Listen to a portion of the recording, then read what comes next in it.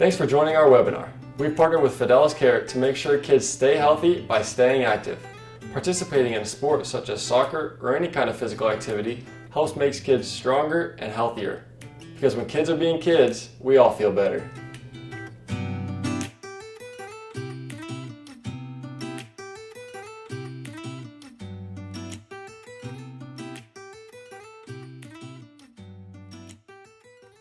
I'll take the question.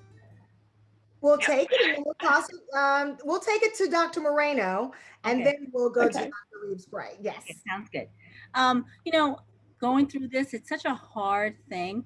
As a mother of 3 children going through remote learning, especially, it's hard because children are social butterflies, and that's what they should be, right? So we know friendships are important, but a parent or a caregiver's guidance and monitoring of those activities are needed for the child to be safe and successful, especially with the current reality of remote learning. We want to raise happy, healthy children in this digital age, and we want to find a way for them to fit technology into their daily family routines. So this means for us as parents and caregivers, we need to teach children how to use the technology in a smart and healthy way.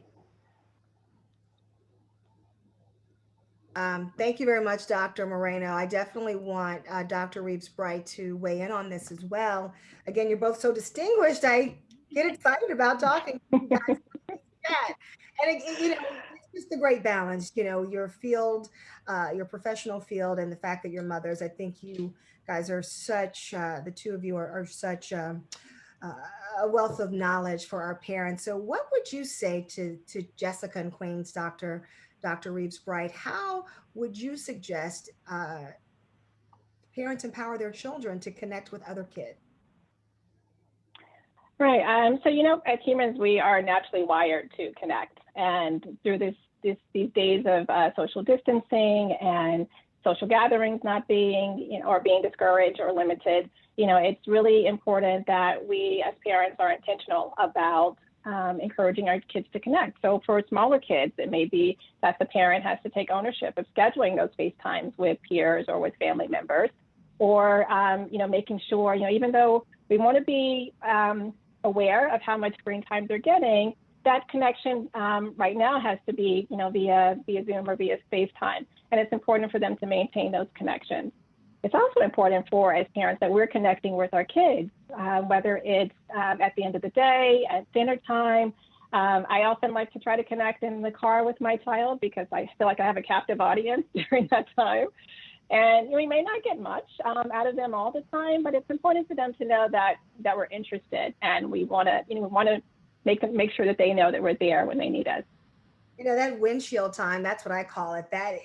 Those are critical times with kids, when you have moments when they ask you questions or you don't know they're going to open up at that moment. So that windshield time is a really good way to casual, high impact discussion with your child. So thank you so much for that, Dr. Reeves-Bright.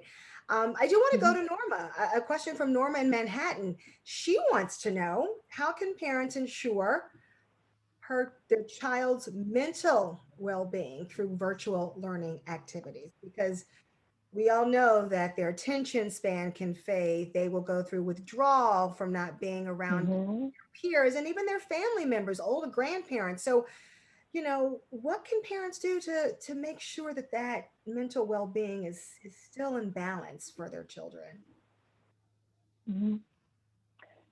So, during this time where some students are still doing remote learning, we're limited with those social interactions. It can kick up feelings of stress for kids, as well as this fear of anxiety about missing out on things, worrying about whether or not they're able to maintain these friendships. So I think it's really important that, keeping in mind that over time, these feelings and these worries can lead to long-term effects of depression and anxiety. It's really important for kids to have outlets for their feelings. So you want to make sure that you're helping them work through and use their coping skills, things like scheduling downtime during the day, family time, as well as that physical activity we talked about is very important. And be honest with them. We're all going through some very challenging times right now. So share with them what you're feeling and how you're managing, your own anxiety. And above all, keep in mind that we're not going to get it all right all the time, and give yourself some grace during this time. Great. That's a great point to make sure kids know that they're not alone, to say that you're also Mhm. managing the same types of stress and anxiety. I don't think, we can emphasize that enough so they don't feel so isolated. But I want to just stick with this question and stick with you, Dr. Reed, right? Just to make sure parents have, a good understanding of the difference between mental well-being and then the need to seek professional help. What is that borderline that parents should be mindful of before they actually seek professional help? Because obviously you don't want to overlook, a glaring warning sign Right. that might be present, or you also don't want to hone in on something that might be normal behavior. So what is that benchmark? Right, right. So, I mean, that's a good question, especially in the past year, given the times that we're facing. It's hard to know what's, a natural response to things and when's the time when we really need to, get some assistance. There are some early warning signs, things that you want to be on the lookout for. That can be changes in appetite, changes in sleep patterns, including, sleeping too much or difficulty falling asleep, inability to focus. Oftentimes, sometimes you'll see kids not engage in activities they may have enjoyed before. If you do see any of these signs and you are concerned, I encourage you to reach out to your pediatrician. They can do an initial mental health screening and refer you to appropriate support if needed. I think it's even particularly important if your child is already connected with a mental health professional or maybe taking medication for ADHD or anxiety, that you keep those regular visits to make sure things are going well with the medication, monitoring side effects, and really making sure your child staying on track with where they need to be. Thank you again, Dr. Reeves Bright. And I think that's definitely something that parents should be mindful of, because sometimes just finding a new physician can seem overwhelming. So if they don't have a mental health Mm-hmm. professional, just go right to your pediatrician. And that's the first line of defense for Yes, parents, a first lifeline for them, rather, for them to find help for their children. absolutely. So important. I do want to go back to online activity because I think we still have a little bit more to unpack. And I want to ask you, Dr. Moreno, should parents be monitoring their child's online activity? And is that even possible in a scenario where they are learning virtually all day? It's a tricky question. I tackle with that myself every day. It's important to ensure, especially in the early years, that we're teaching our children the skills and behaviors that they'll need to be safe wherever they find themselves. In this case, it's in front of the screen. And especially when we're not always able to be there to check up on their every interaction. The main thing here is we have to set limits. Kids need and they expect them. Know your child's friends, both online and offline. That's a really important part of it. Know what platforms, the software, the apps that they're using, and when they're visiting the sites and what they're doing online. I always recommend to, sometimes it's just a friendly, curiosity. What are you doing? Just not to be invasive, but just to entertain that conversation with your child, just to let them know Mm-hmm. that you're there with them, and it's not that you're spying on them, but you're concerned, right? So the main thing is we want to set those limits and just have conversation going. And you know what? We talked about that windshield time. Maybe that's some good windshield time.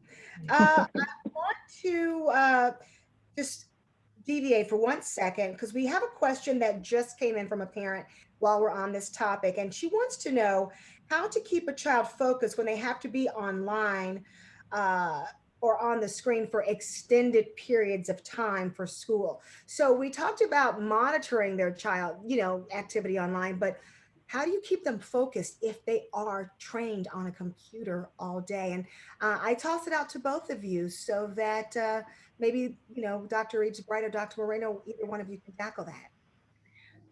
I could definitely start. I Okay. tackle with this every day. I have a 6-year-old who is very challenging. It's a long day for them. And the main thing is to have breaks. Even if it's, let them know, you can kind of be there with your child if you can, if you have that luxury. And the teachers also know, I think for the most part, especially on the younger age spectrum, it's challenging, For the most part, make sure that they're getting good rest. You know, they're on the screen, they're tired staring on the screen. So we want to make sure also that we do some other things to make sure that they're getting their rest, that they're involved, that they know the work. And just, like I said, the younger they are, conversations with the teachers so that they have their break time.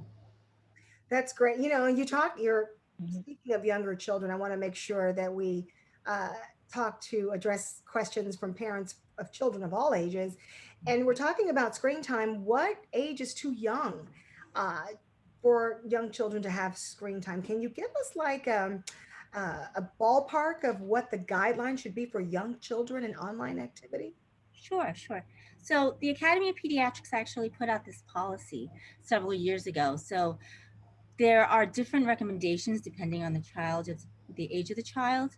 So for any child that's younger than 24 months, so 18 to 24 months, it's generally regarded that they should avoid all digital media. That does not include video chatting. Separate video chatting is not considered screen time. I've seen that come up in many other discussions that I've had. That's interaction time, right? That's especially now that we have limitations with our interactions. For children that are past like the 24 months age group, for the most part, what they watch on digital media, you want to watch with them and learn and talk with them about it. And it should be age appropriate. So these are little like learning apps and everything that you do with them. For children that are preschool age 2 to 5, it's just recommended 1 hour of high quality programming. So this goes to the same thing. A lot of learning type of apps, a lot of learning type of digital media.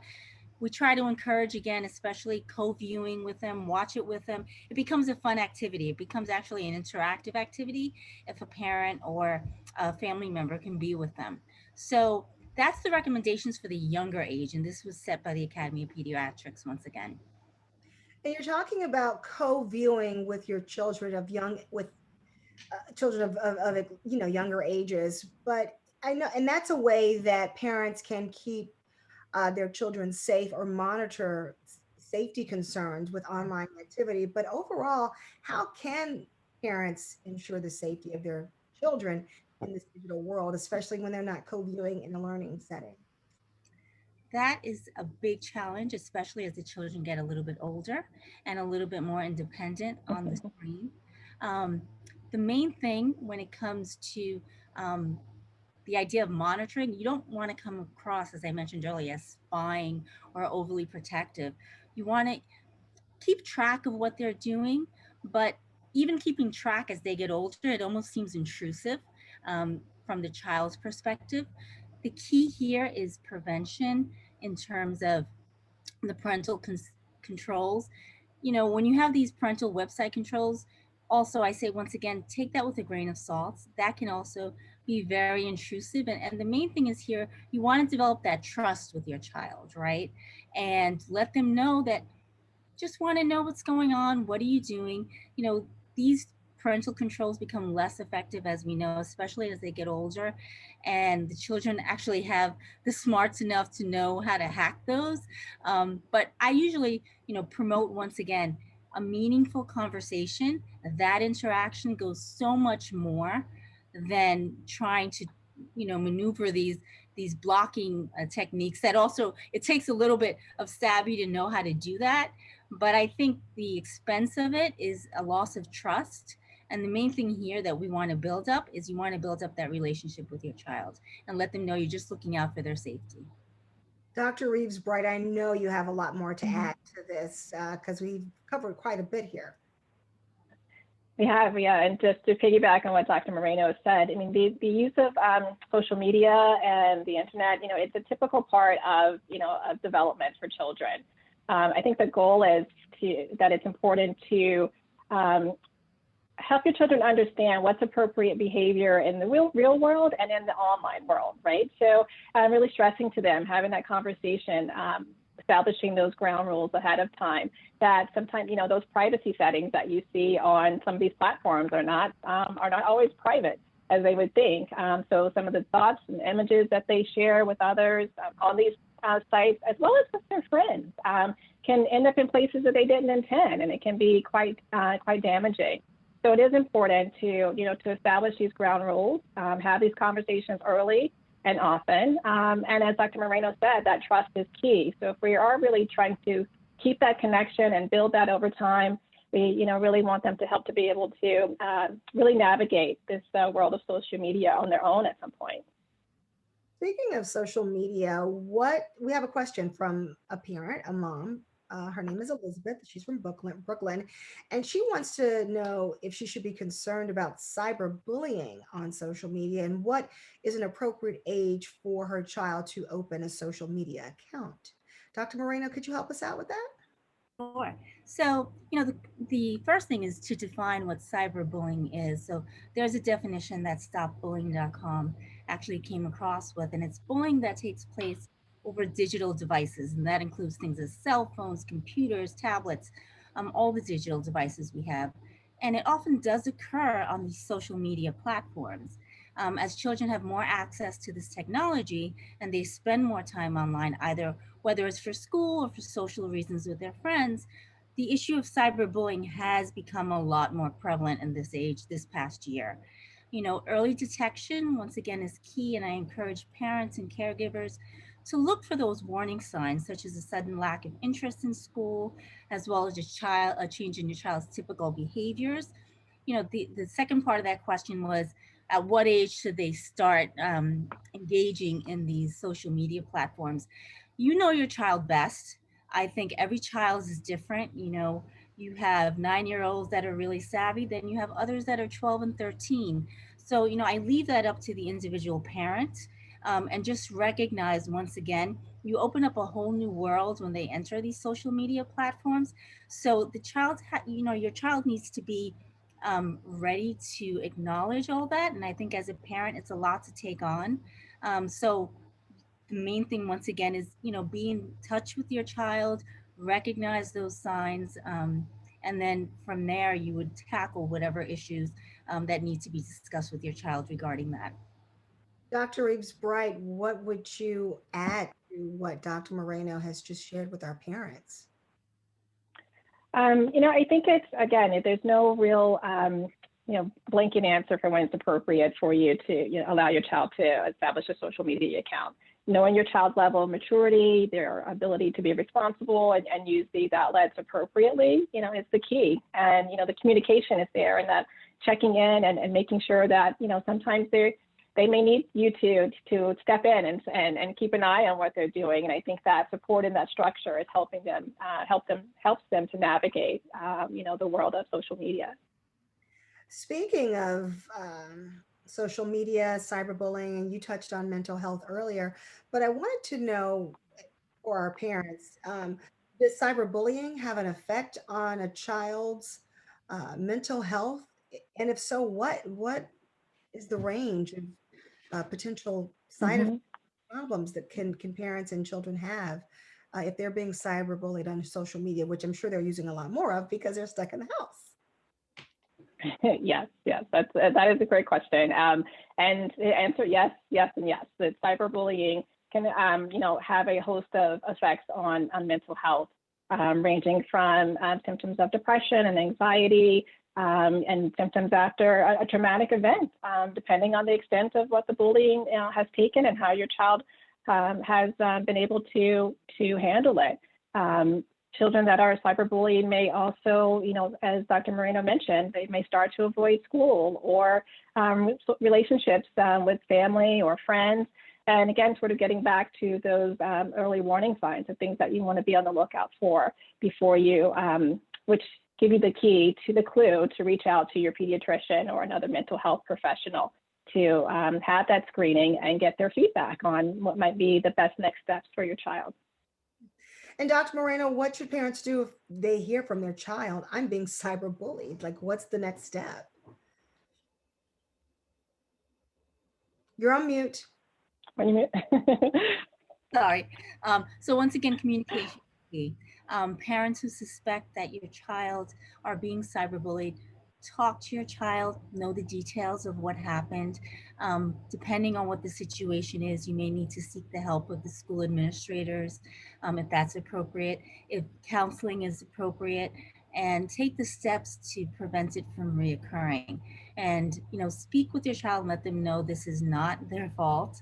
Um, and it's also important to note that cyberbullying can harm the online reputations of everyone involved. That's not only the child being bullied, but those who are doing the bullying and participating in it. Once again, I can't say it enough. These conversations we have with our children to let them know where their support is and to build that trust. Now I'm on mute. I want to go to a few more questions that we got in the Q&A since we started this live webinar. Narcissa from Westchester, New York, wants to know, how do you recommend taking the cell phone dun, dun, dun, dun, away from the child in a good way? And there is no good way. But Dr. Reed, do you have any suggestions with two teens, on how parents can productively take away their cell phone as punishment? Well, if we're talking about that as a means of discipline, I think it, can get pretty complicated. But, I think it's important to really establish the guidelines ahead of time, what's expected as far as, the family's expectations as far as your academics, your social relationships. But I think with any sort of, transition with kids, we want to make sure that we're clearly letting them know what's coming up. So, if we're using this as a mode of way to discipline our kids, there's no real easy way, because, it's to the point where it comes to, you've violated the rules and these are the consequences. So, but I think importantly, you want to let them know how they can get their phone back, right? So these are the things that you need to know before going, when you're having this discussion. Otherwise, if it's left open-ended and you have my phone, I don't know when I'm getting it back, it'll be very difficult to motivate them to do the things that you expect of them. So, just making the expectations clear is really important. Dr. Moreno, would you say this is a good sit-down discussion? I love what Dr. Reeves-Bright mentioned. You set the ground rules. Maybe you put them on a board. This is what happens. Mm-hmm. These are the consequences. And then this is the pathway back. Do you have anything to add? Because I think with children, you have to kind of set them up for what's coming up. They don't really manage the unknown very well. But position them like, okay, I told you this would be a repercussion, or I told you that this is the only time that I'm going to allow you on your phone, and then it's family time or outdoor time. What else would you like to add? Because I think that's question number one. I think that's the first thing. And it's challenging. I'll tell you, there's, to say that there's a set way of doing this, we're all learning along the way. So, as parents, give yourself a break and recognize that. The other thing I would just add to what Dr. Reeves-Bright had mentioned is setting those limits and letting your child know what those limits are. In other words, dinner time, phones away. Mm-hmm. Car time, that's a time for us to bond, phones away. In terms of school-related time, once again, taking the phones away for discipline, but also letting them know that there's time, that there's some responsibilities that have to be met. And it's not that you're disciplining them for it. It's just that this is what's expected of them. So, you do your schoolwork. And, the caveat to that is, but I'm doing my schoolwork and I need my phone. I hear that all the time. It's like I said, it's a reality we're all living through. And it's letting your child know that there's expectations, responsibility, and limits. And I think once you can form that framework for them, it gets a little bit easier for everybody. Very good. Thank you. I know parents got a lot of good nuggets from that, because that's a big question prior to the pandemic, and even more so now. We got another question in our Q&A tonight. It's from Danielle. And she had the first question about, how do you manage virtual learning fatigue, which we addressed, but she has a second part to her question. And this may be tricky, but her question is, would you recommend skipping a day of school if a child seems really burned out? Dr. Reeves-Bright, we'll let you Do go. we take that? We'll tackle that.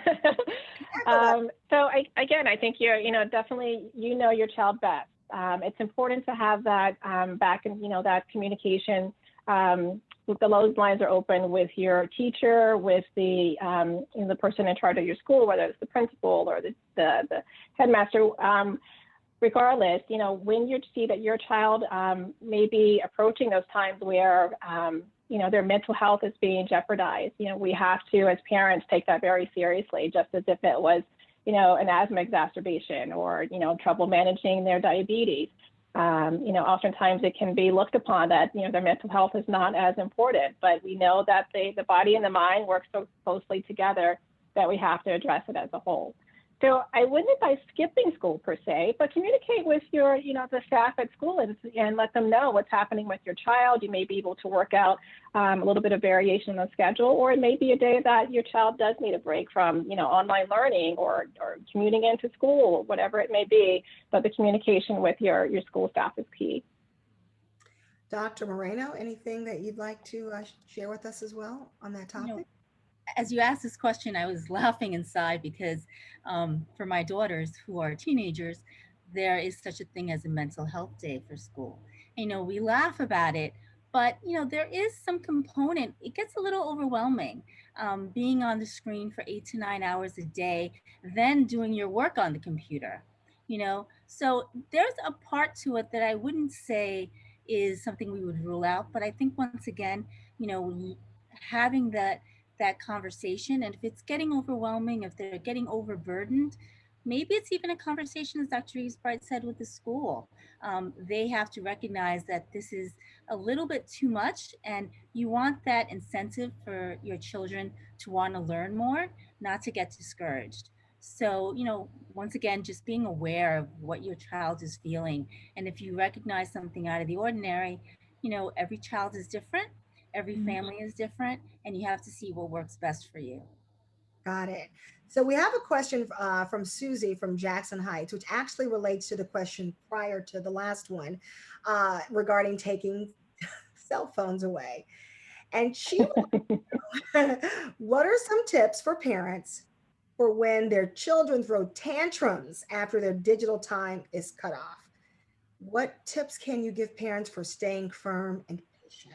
Because that's a challenge. Yes. Dr. Reeves-Bright? You want to tackle that one? Okay, I'll go with that one. So I think that, we've talked about the schedule, the importance of schedules and routines.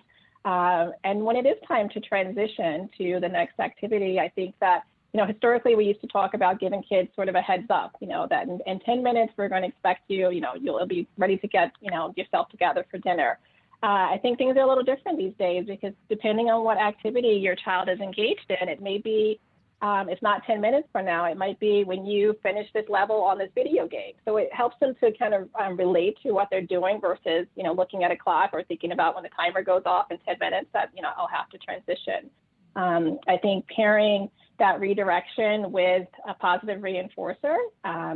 So when you're giving that statement about making that transition, that there's something that they have, you've given them that they will look forward to or think of as a reward. And I think it's just also important for parents to recognize that when our emotions are running high, the kids' emotions will be as well. So as best we can, really stay calm and be clear about, what we're expecting them to do and when. Dr. Moreno? Yes, actually, that's a really good question. I tackle with that as well. And some of the things to know the science behind it. So the reason why children tend to be so almost hypnotized with being on screen time is that their minds are actually going through hyperstimulation. And this is why they have some potential link with delay in development, right? So back to the initial question, should we limit? Yes, for that concern. And how do we do that? How do we pull back and not have these full blown out tantrums? The first thing we can do, and if we base it on the science, is if we want to take them away from that hyperstimulation, trying to distract them. So once again, sitting with your child, co-viewing, asking them questions where it takes that stimulation away a little bit and it gets a little bit easier, and letting them know, okay, oh, this is a fun game. Let's, once this is done, we're going to have to take a shower. If it doesn't finish soon, we're going to have to put it away. So you've taken away that attention a little bit, and it makes it a little bit easier.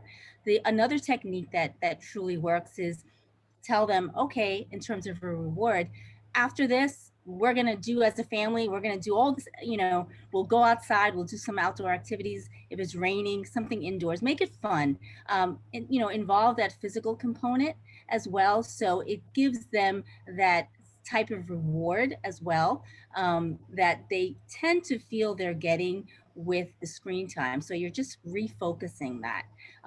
It doesn't work for everybody, but these are some easier ways, because sometimes when you try to limit them within 2 to 3 minutes, it's time to get off, it makes it worse in many scenarios.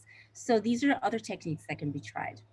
And I really want to drill down on this, because I can imagine a lot of parents are dealing with this, because she specifically asked, what do parents need to do to stay firm and patient? So perhaps they didn't set the ground rules on the front end. So in the middle of a tantrum, what's the firmness and the patience? Is it a negotiation to negotiate that they receive a reward if they stop? Is it that you walk away and completely ignore, to your point, you don't engage and enable that kind of behavior? How do you deal with the tantrum in that moment, and then set up a pattern for dealing with future tantrums where parents don't lose their sanity and they can still stay firm and their child will understand that they mean business? Right. Dr. Reeves-Bright. Yeah.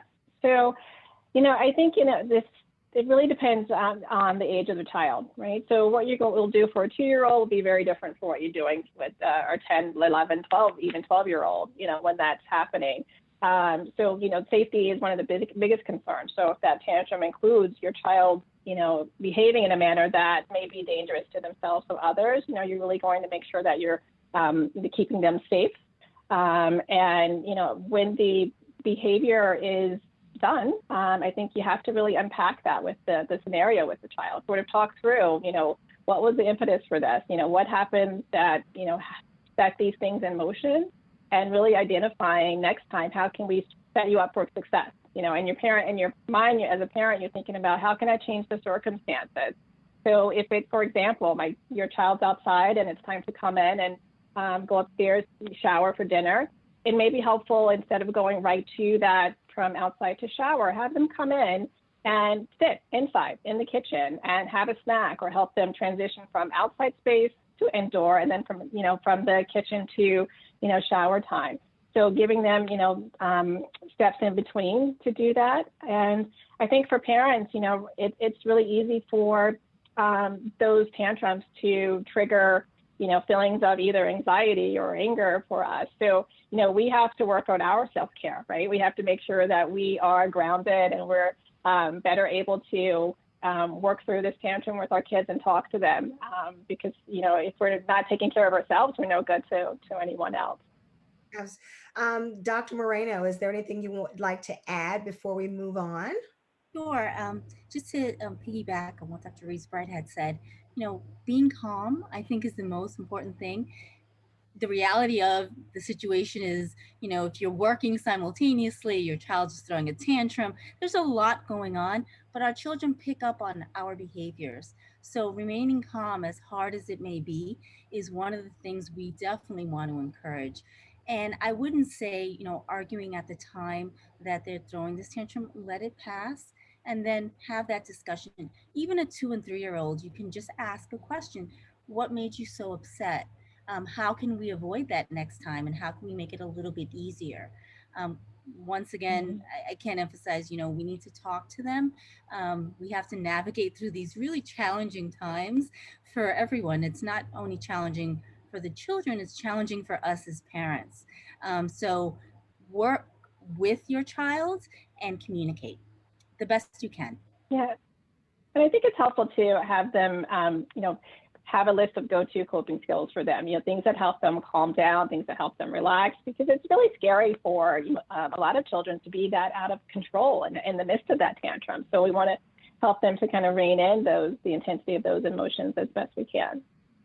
What are some of those go-to coping skills really quickly before we go to the next one? Because I think this is going to be very helpful for a lot of parents, especially in terms of this discussion.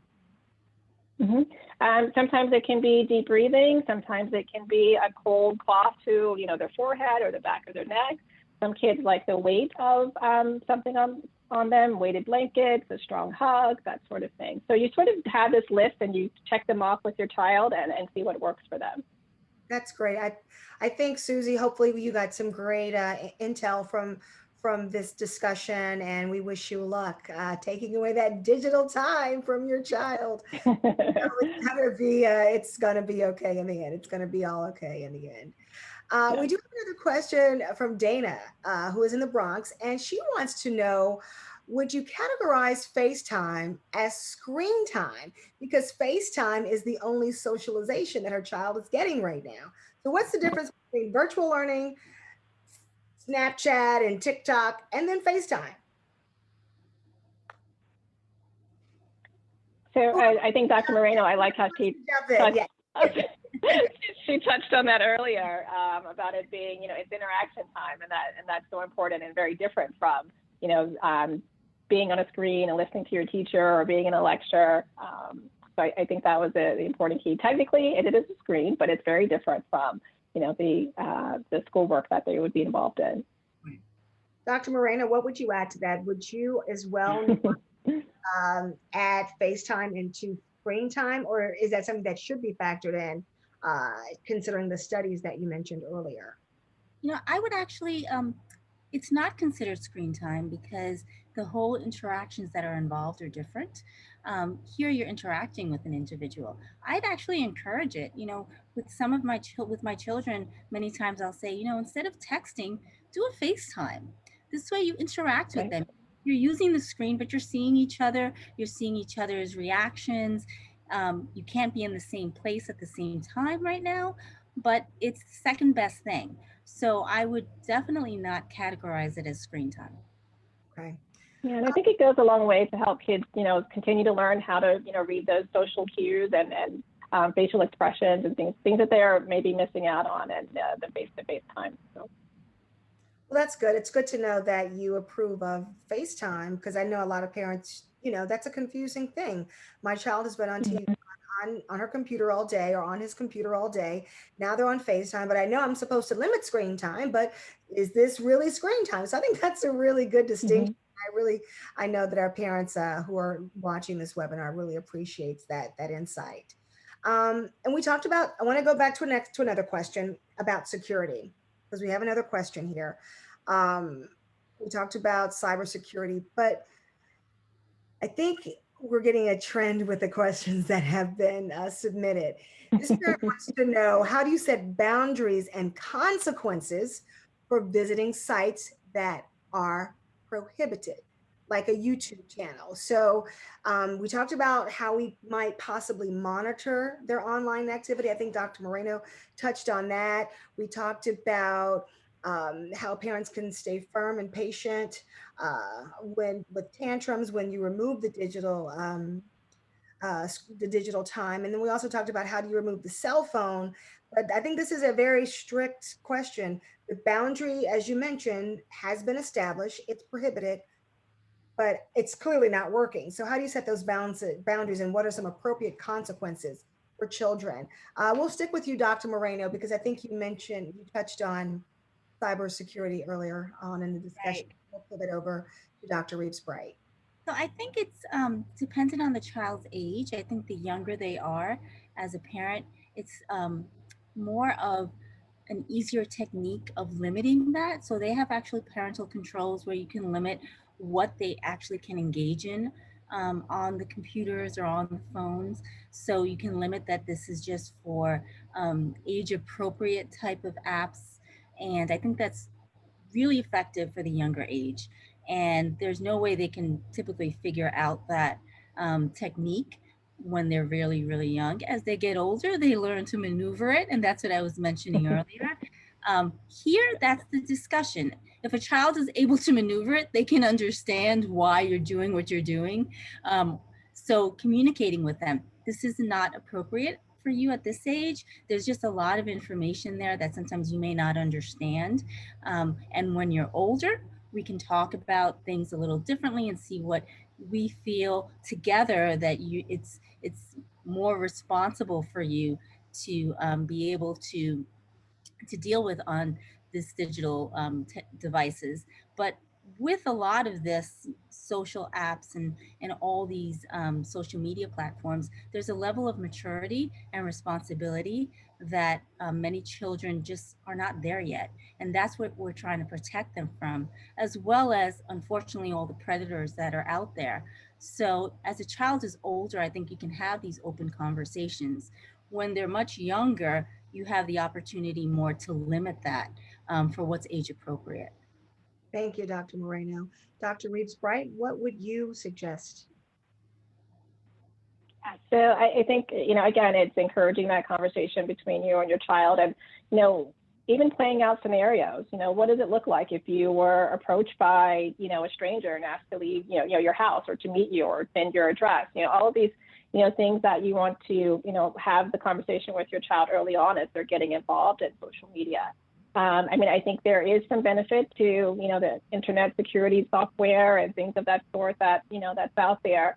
The goal is for your child to be able to graduate to fewer and fewer restrictions, because we're not going to always be there. We're not going to always be able to block this site or that site, but help them really understand, what are the repercussions of, you going to a place that, may have inappropriate images, or, how that can really be harmful, to them and for their mental health. Okay. And we have two more questions before we start to wind down, because I know we only have an hour for this webinar, but it's been so rich so far in skills and techniques for parents, and I've learned myself. So this has been a great discussion. The next question is, if you're a working parent, how do you manage virtual learning for your child? And then the balancing of schedules, because we know the schedule is a big thing. Dr. We'll stick with you. Sure. It's very helpful to have these schedules, right? To have these routines as best you can to stick to those. I think for older kids, having a shared calendar so that they know at the beginning of their day or days ahead what might, when that day might look differently for appointments and things of that sort.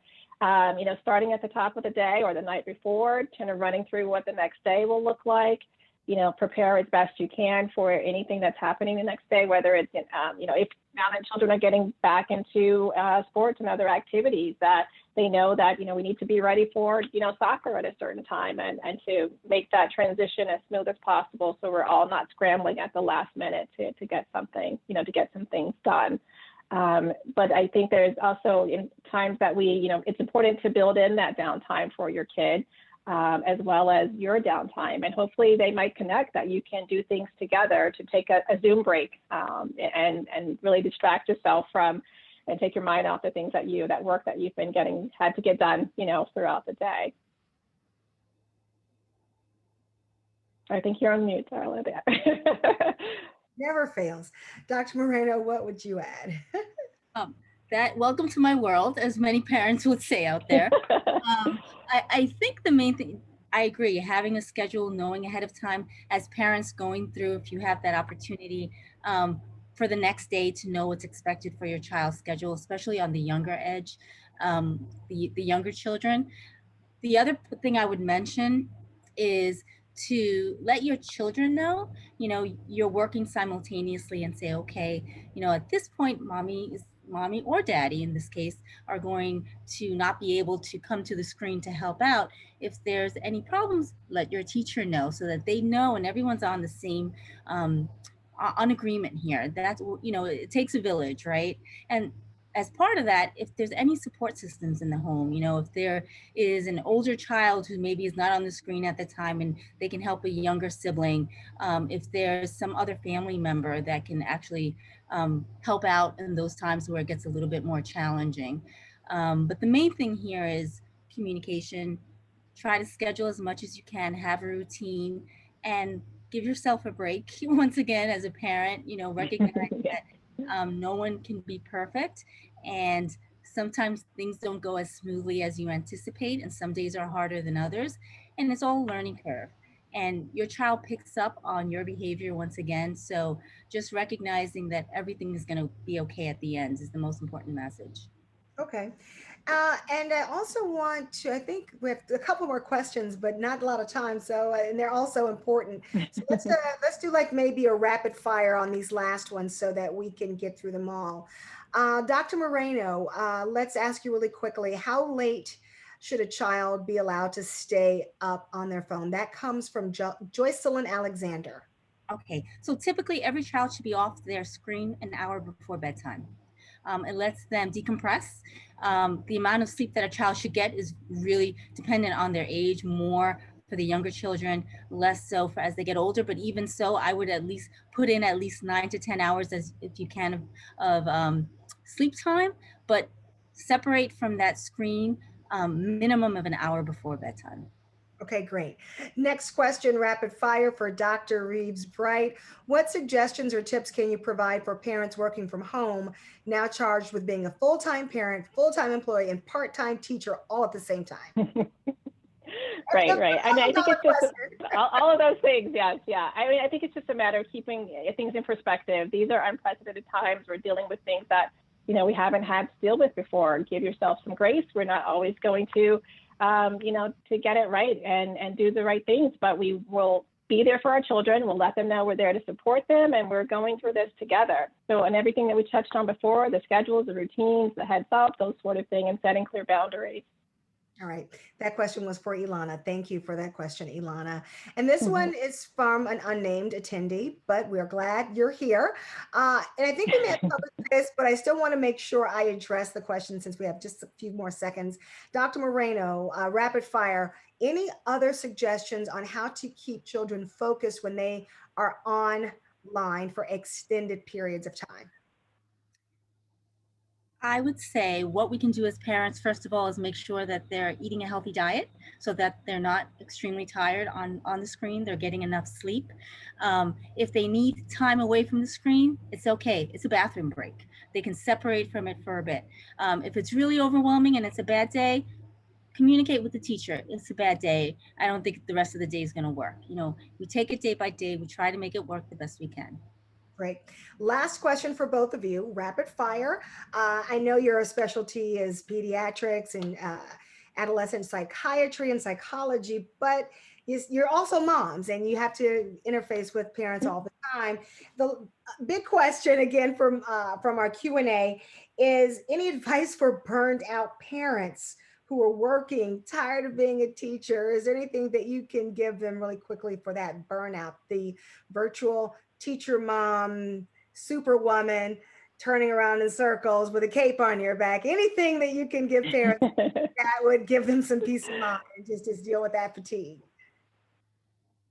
Right. I mean, I think you have to know what restores you and what brings you joy, and that you keep those things top of mind. So if it's taking a long bath or a shower or having a cup of tea, sometimes it might be getting up a few minutes early before the kids get up, so that you have that quiet time to yourself, but making sure that, as I said, put on your oxygen mask before, helping someone else, so that you're better able to tend to the needs of your children and family. Anything, Dr. Moreno? Any tricks of the trade? Yeah, I would just say, have a little me time, whatever that me time means to you. A minute or two a day of meditation goes a long way, and maybe just incorporating that helps you realign your thinking for the rest of the day. Self-care is the key. My mother has always told me, Darla has to take care of Darla before she takes care of anybody else. Yeah. All right, thank you so much to all of the attendees. You guys sent in amazing questions, a wealth of information here. Thank you, Dr. Reeves Bright and Dr. Moreno, for your wisdom and insights and expertise. And You're again, welcome. thank you to everyone who submitted questions. I think we got to as many of them as we could in this hour. And we really hope that you found this information valuable, and know that New York Edge is always going to be a resource for parents in this type of, in this case. So New York Edge is always with you, always for you, always has advice, because they are the largest after school program and they know how to deal with those kids. So, we thank you for that. So if we didn't get to your question, I'm sure you can reach out to New York Edge. But before we wrap up, I would like to turn it over to Fred Tanteo. He is the Community Relations Supervisor for Fidelis Care. He is going to provide some closing remarks as Fidelis is a sponsor of this particular webinar. And thank you, everyone. And it's 8:30 and I'm still on Zoom and I'm excited now. So I'm sorry I'm so bubbly, but have a great night because I really enjoyed just talking to everybody and being able to facilitate this important conversation. So thank you, and turn it over to you, Fred. Thank you, Darla, for the introduction. And thank you to the New York Edge for helping to bridge the gap of New York City students through programs that not only improve school academic performance, but also health and wellness. So my name is Fred Tanteo, and I'm a Community Relations Supervisor here at Fidelis Care. Fidelis Care is a statewide health plan serving more than 2.3 million members across New York State. Now, many parents may not be aware that quality, affordable coverage is available through the state's Child Health Plus program for kids under 19. Almost every child in New York State is eligible, regardless of family income or immigration status. Only the monthly premiums vary based on income and can be free as low as $9 per month. There are no copays or deductibles. If you or your child need health insurance, our local representatives can help you learn about your options and answer all of your questions to help you choose the coverage that's right for you. And all of this can be done with a simple phone call. So give us a call at 1-888-FIDELIS. That's 1-888-343-3547. Or visit us at fideliscare.org. So once again, thank you all for attending and have a wonderful evening. Thank you, Fred. And this concludes this webinar. Again, we appreciate your attendance, participation, and have a great night. Bye-bye.